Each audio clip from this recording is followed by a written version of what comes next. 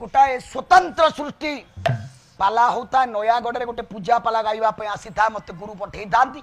से दिन कीर्तन गायक होती भागवत प्रधान से दिन पाला गायक से जगार मु आम अंचल कीर्तन टाक एत प्राधान्य दियंती एत भल कीर्तन हुए जड़े बसी कीर्तन गायक आम बंशीधर बाबू शगड़ भंगार से जन ओडिशार प्रतिष्ठित कीर्तन गायक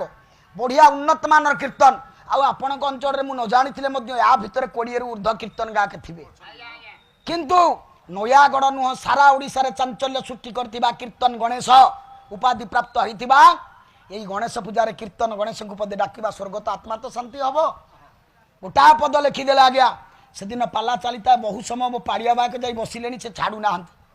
मु बसा घरे बहुत समय बसला पर चाली चाली गली सुस्थ शरीर मोर सेतबेले